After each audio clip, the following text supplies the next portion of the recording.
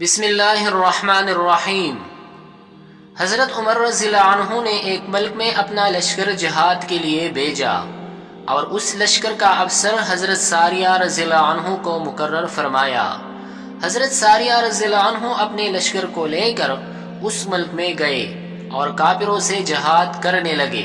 ادھر مدینہ منورہ میں ایک روز خطبہ دیتے ہوئے حضرت عمر رضی اللہ عنہ نے آواز دی، اے ساریہ، یہ پہاڑ کے ساتھ رہو اور پہاڑ کو اپنے پیچھے رکھو۔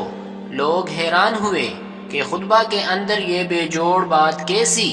ساریہ تو یہاں سے دور کسی ملک میں لڑ رہا ہے، پھر یہاں اسے آواز دینے کا کیا معنی؟ تھوڑے دنوں کے بعد میدانی جہاد سے ایک قاصد آیا اور اس نے بتایا کہ ہمارا مقابلہ کافروں سے ہو رہا تھا اور کافر ہم پر غالب آ رہے تھے کہ ہمیں ایک غیبی آواز سنائی دی، اے ساریہ، پہاڑ کے ساتھ رہو اور پہاڑ کو اپنے پیچھے رکھو۔ چنانچہ ہم نے اس ہدایت پر عمل کیا اور پہاڑ کو پیچھے رکھ کر ہم نے اپنی پشت کو محفوظ کر لیا اور پھر دشمن سے ڈٹ کر مقابلہ کیا تو دشمن شکست کھا گیا اور اللہ نے ہمیں فتح دی۔